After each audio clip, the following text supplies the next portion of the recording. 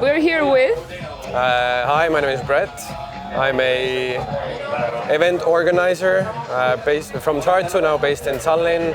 Also a music producer and occasionally a DJ. Yeah. So you were DJing today as well?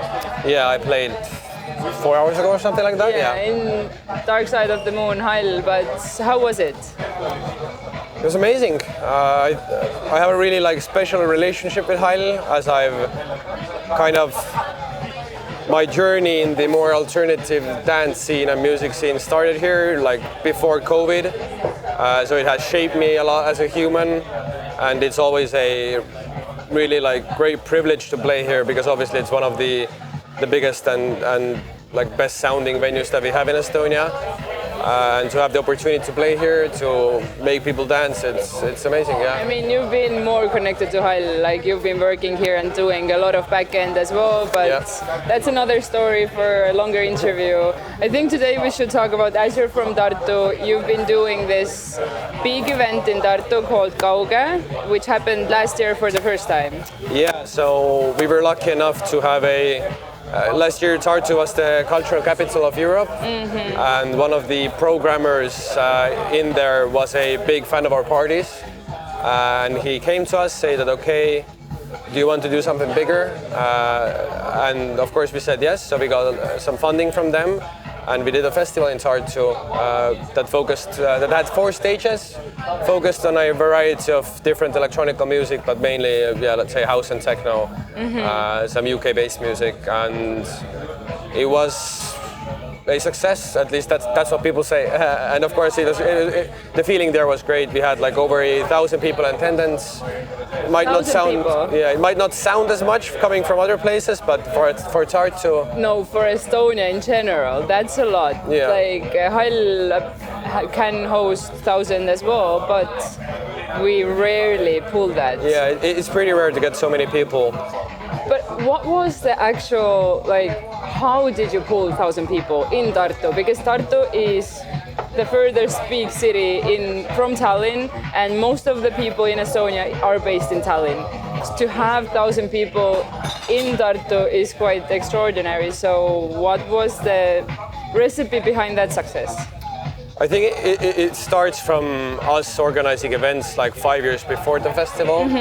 So the Tartu scene surrounding techno music, house music, or more alternative music in general is actually quite strong, but there's a bad tendency of it all. There's a 10-year loop, which there's 5 years of nothing, then the next 5 years grows into something really big, and then it dies out again, because Tartu is a city where students are. So a lot of even if you take a lot of promoters that right now are based in Tallinn, a lot of them are from Tartu, but they leave Tartu to Tallinn at some point, and that's why the Tartu scene kind of dies out.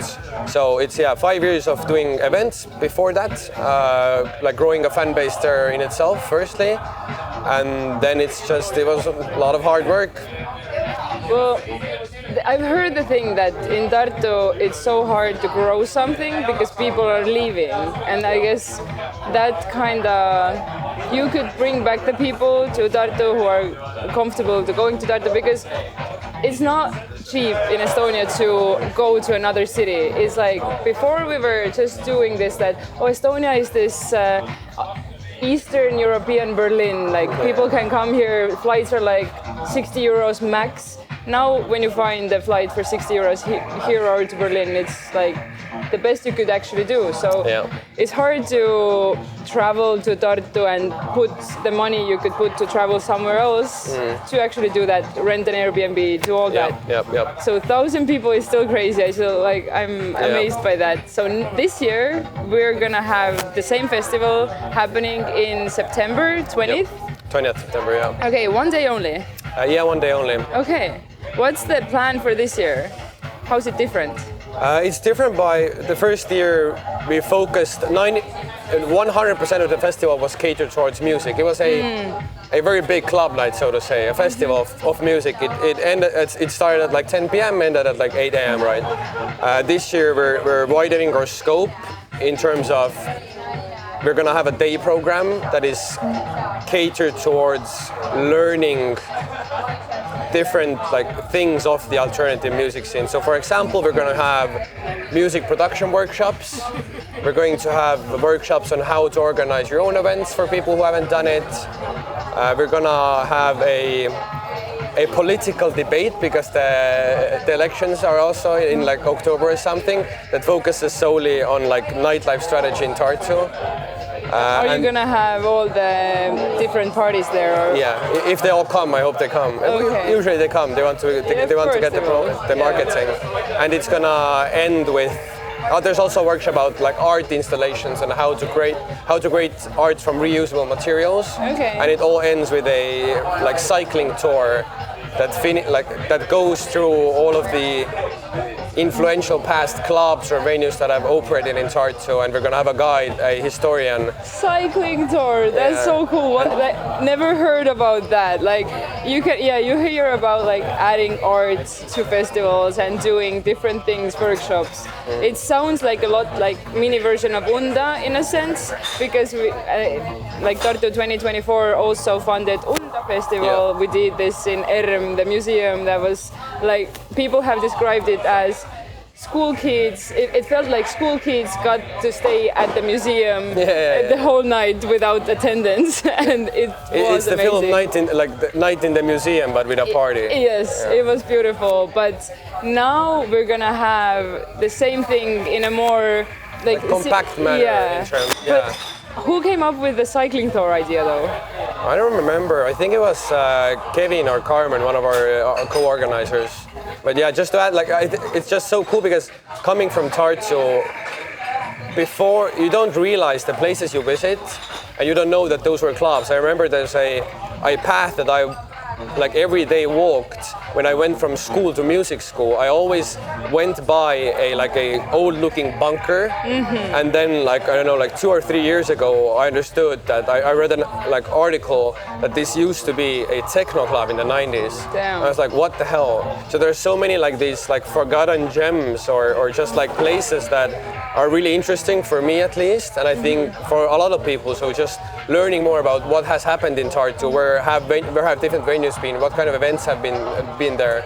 So it's cool to know. Cycling in general, like we're not this like bicycle country per se, but people love to ride the bicycle here as well. So doing that together with the people you're gonna party with, it feels like a different type of experience. Yeah. But do we get the bicycles from Tartu? It's all like... Nah, everybody's gotta take their own bicycle. Or rent. There's gonna be renters. Yeah, there's rental options. In so Tartu. there's enough to rent. Yeah, for sure. Okay. For sure. 1,000 bikes. I don't know if that many people are gonna. We're gonna like fill the streets. We're gonna create a traffic jam. Yeah, well, I mean. Like, I don't know if they're gonna be happy about that, but it'll be cool. I mean, it's a cultural movement. Yeah, exactly. Okay, but what about programming? Let's talk about the music. What did you think about while creating the program? Yeah, I think it's not that deep, to be honest. It was music that we like, it's artists that we like, it's the sound that we like, that we want to hear, and also it's influenced by the venue that we have. So Tartu is notoriously known for not having any venues, which is a big problem. Also, like I mentioned, Tartu party scene dying a lot, and then revitalizing is partly because there are no venues. Because most of the places are either like built into apartments or basically the same things that happen in Tallinn eventually. But Tartu is so small that it has already happened, right? So it's also influenced by the venue, because where the party is taking place is like an abandoned. It's not fully abandoned, but partly it's an abandoned. It used to be a manufacturing place for like agricultural machines. So it's big. Yeah, and there's also a really cool backstory about it. In that venue, there was like one of the biggest Baltic agricultural like manufacturing places in the whole Soviet Union when it worked. It's like a really like, I don't know, it's called wheat, and it even like they made like really cool like potato loaders or something that even won like prizes back in the 60s or Potato 50s. what? Like loaders, where you put the potatoes and they like go to the trucks or whatever. Oh my god, okay. As you can see, I'm definitely not a person that has an agricultural past. Are we gonna have a little background information about the place as well? Will you Yeah, sure. It's located in, well, the venue is, I don't remember the exact address, it's Peetri tänav. We're in Petri 6 Yeah. right now in Tallinn, but then we're gonna go in 20th September, we're gonna be in Petri in Tartu. Yeah, so Tartu Sall. Yeah, exactly. So it's gonna be an industrial building as well. It's gonna be 1,000 square meters, I heard. Oh, the area is bigger than that, but we have planned to have 1,000 square meters filled with like art and music. Okay. So different installations, different like areas where people can explore and look around and enjoy. And this is also like something that differentiates last year from this year. Last year we also had decorations and we focused on making it, but it was something that we did on the side if the music programming was done. This year we're trying to make it more like 50-50. Okay. So it's not just a party. It's firstly like a learning experience, people can come, do workshops, whatever. Then it's the night event where people can actually look around, explore, see different pieces of art and also dance. What type of art? Our head of art, I don't know what's the correct term, is Sirla, who does the Stensibility Festival, the street art festival. So she's the head of it, and there's going to be a lot of different things. So as the venue is located in an abandoned manufacturing place, there are a lot of leftover like metal things there. And everything that we make is going to be reused, so we don't buy anything to make art out of it. I can't say what it is. Okay. I don't know, but I know Sirla is a professional. She's really good at this stuff. It's going to be cool. Okay, but you're a professional in music, so let's talk a bit more about music. It's there's gonna be 3 different stages. Two this year. Okay, Yeah. and what type of music can we hear there? Who are the main artists? Yeah, so the main stage, not main stage, one stage that is bigger than others, that is like an abandoned warehouse looking stage, is mostly for techno. So the headliner for that stage is Beste Hira, who is a really fast-growing artist in Europe, playing a lot in Berghain, playing the biggest festivals, etc. But next to her, our starting is Carmen, who is also one of the organizers.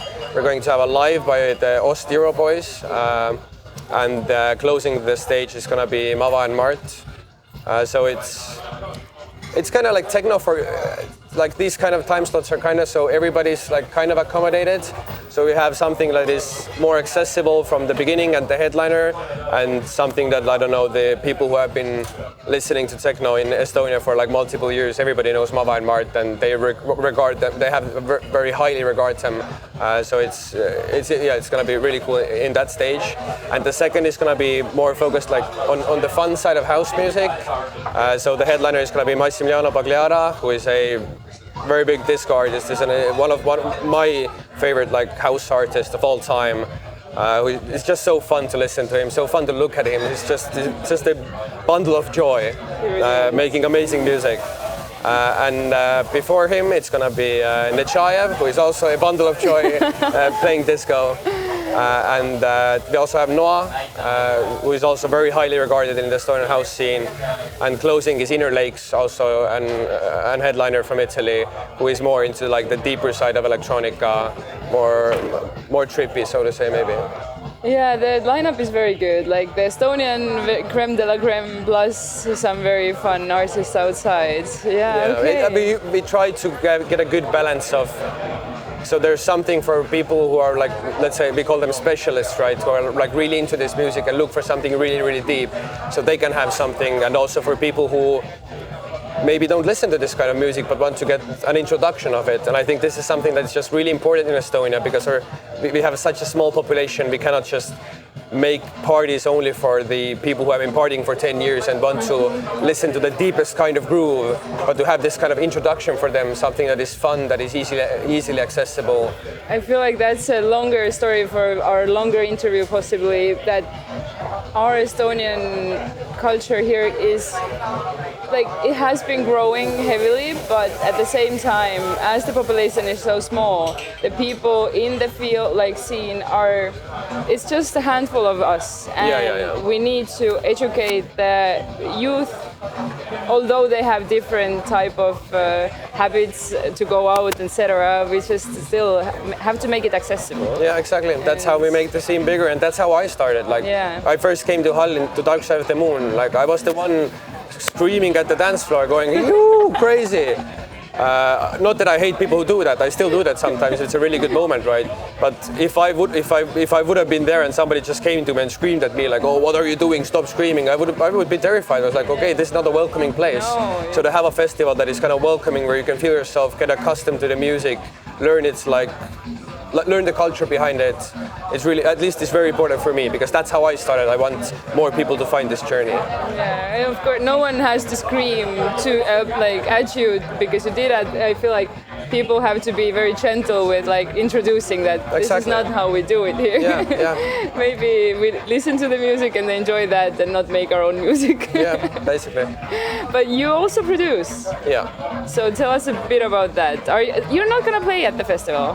No. Okay, you're fully organizing. Fully, something that we learned from last year. Okay, is that most of us played also, and it's like, it just isn't good in terms of the musical output that you have as a DJ. But then you're so tired, because it's not just that I'm gonna, let's say the festival is on a Friday, I'm gonna go there Friday evening. No, I'm there a week before, so you don't have really time to focus on music that much. Okay, let's keep the production topic then for the longer interview as well. But what did you learn from last year? What are you taking on in this organizing this year's event? Because you actually won an award for, I don't know the name in English, but it was a great award to win in the scene, so you were highly recommended and highly appreciated. Yeah, people from the city council visited our festival and were like really giving really good feedback because of its professionalism. But I think it's really hard to pinpoint one thing that I learned, because I learned everything. Because I've done parties for 5 years, but organizing a festival in a place that is not a club, that has no infrastructure, is a completely different ballgame. Everything from we have to put up our own electricity to making sure that we have a safety and awareness team who can deal with different problems. So it's really hard to pinpoint. I think it's just about being more effective and faster in doing things, because you kind of have an understanding, or you have this understanding of a process that you now did. I really couldn't pinpoint one thing. It's just everything. I learned about everything, and I'm going to try to make this one better. I think festival organizers are so underrated. We're going to the festival, and we can criticize a few things that are wrong, but to see actually how much work goes behind the whole long period and the infrastructure that needs to be built, it's crazy. So I really hope that you can manage to get some financial rewards for it as well, because usually you can't. It's for a festival. It's hard to make money off of it, so it's like a passion project. Yeah, but I think it's also I kind of have this saying that if you want to make money, then this is not a good business, because and I think it will also not be as pure. Because at least I've always thought this is not if I don't get paid, I obviously don't want to pay out of my own pocket anything in the end. I don't want to sell my stuff, but if my payment is in 1,000 people having a really good time and talking good about the festival, and let's say 200 of those people now go to other events and listen to this kind of music, then that's my payment. I did something for the scene. I did something for the culture. It feels good for me. I just want to give back that kind of feeling. But yeah, this is definitely not something that you can get rich on. At least in this kind of scene. If you organize big concerts, maybe a different story. But I don't do that. Exactly, and this is the sad part. This the richest part of the culture is not that rich in finance. So it's like you see that at some point when the organizers don't have enough funds, their light dims a bit and they can't continue doing it. But you never do it for money, so it's a tricky situation. But yeah, I think it's just really important for people to understand that these festivals, or not even festivals, like simple club nights in a club wherever in Estonia, it's just like people have to kind of understand what goes into it in terms of obviously work. But I've always had this kind of interesting stories of people, the classic thing, people asking for list or want a free ticket, and I've always like I'm not a person who like doesn't give out, but I always like give a brief like context behind it, that hey, I know this is like, I don't know, 5 or 10 euros for you. I know it's like inconvenient, but I'm risking like 1,000 euros of my own money, right? And most people after that are like, oh, really? Of course I'm gonna buy the ticket. It's just something that people don't know. It's really hard to understand if you haven't like organized a festival or club night, how much money, work, effort goes into it. So I think it's just, yeah, if more people like kind of realize this, understand this, and pay, I don't know, our ticket is like 30, if I remember correctly, 30 or 35 at the door, but our pre-sale was like, the cheapest was 15 euros, which is really cheap for what you're getting, at least in, of course, obviously I'm biased. Everything. Yeah, so I think it's just, yeah, that if people like kind of realize this is already a very like big step in a good direction, meaning more of these festivals can happen, more of these parties can happen, more people can get into the scene because these things happen, right? So yeah, it's when you want to throw a good event, the production side like is so expensive. Yeah. Plus the work, people don't like. It's hard to understand when you don't work in it. Seeing this festival at Dark Side of the Moon, where Meil is running around 24/7 and doing everything, like putting out all the fires, like this, the amount that he should be paid, but he's not paid like that, as he should. Yeah. It's like you cannot pay this type of price. And for example, our event that we're now doing with Culture and Scene, Contrast, we try to put the like highest production, and then the price is a bit higher than the normal club night for 10 euros. So you just don't buy one drink more at the bar, but you put it into the ticket, and you get the visual and sound experience that you actually crave. Yeah. So people, it's hard to make that decision because it's easier to go to the free event or 10 euro event and then drink more, whereas you lack the experience of the sound and the visuals. So yeah, it's an interesting times to make people understand the value of the production and the event itself. And I'm very glad that you're making this type of event that opens the door to people in a very affordable way. Plus, I still want to talk about the workshops. It's so interesting. So who are the workshops for? Our idea behind it was, I've always had like this kind of thing that learning about things like, I don't know, music production or how to make art decorations for a party or whatever the topic that is kind of in the realm of alternative, whatever, it is very inaccessible. So obviously, like maybe music production aside, because there are 1,000 tutorials on YouTube, right? But there's still something that is on YouTube that is really far away from you. There isn't like I wouldn't say community, but an accessible way for people to learn about these topics. Sure. That is like cozy, friendly, where you can meet people that have the same kind of ideas. Yeah. And I think this is something that has been a big problem of the Estonian scene that has like maybe hindered our growth. Because we have a lot of, when we're talking about music production, we have a lot of amazing producers in Estonia that are like world class. But indeed. To have them like transfer their knowledge to somebody is really difficult because we're kind of isolated everywhere. Whereas, I don't know, you go to other big cities, you have these producer communities, you have like these co-sharing studios where people get together and then learn and etc. And this is something that I think should be doable, like is doable in Estonia and should be done. So I hope this is kind of like a first step in terms of if like going back to the question, who is it for? It can be for a person like me who has produced 5 years, who just wants to see what is the creative process of another producer, but it's also definitely again for the person who is interested in doing it, doesn't maybe have the attention span or whatever to go on YouTube, like filter out those good tutorials and not be like just in this information overload, but not overload, information overload. But just these, they can come there, learn, and see if this is something for them.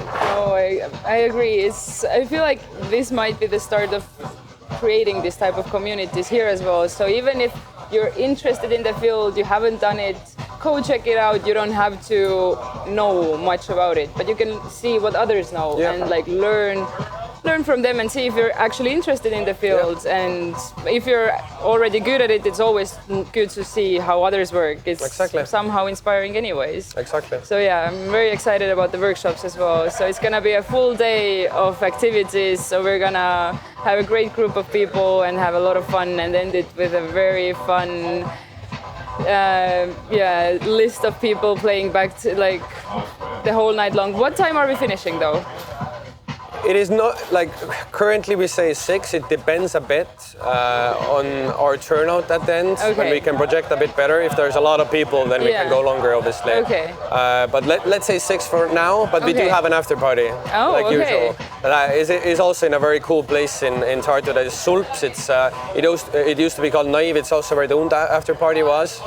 It's just a very really cool venue on the water, and that goes from 6 till basically 8 in the evening on Sunday. So everybody can get their fill. If you don't make it to the party because you're busy or whatever, you can come to the after party. Yeah, the after party at Unda was amazing as well. Yeah, we have the Fandango special people from the after party actually here at the Dark Side of the Moon as well, and it's been so much fun to meet all those people because of those events. And so I feel like the events have so much to offer. Yeah, definitely. It's just come enjoy the music and meet the cool people that it gathers. Yeah, that's what it's all about in end. Just having fun, listening to great music and having a release of stress. Getting out of the day-to-day. Exactly. Yeah. Thank you, Brett.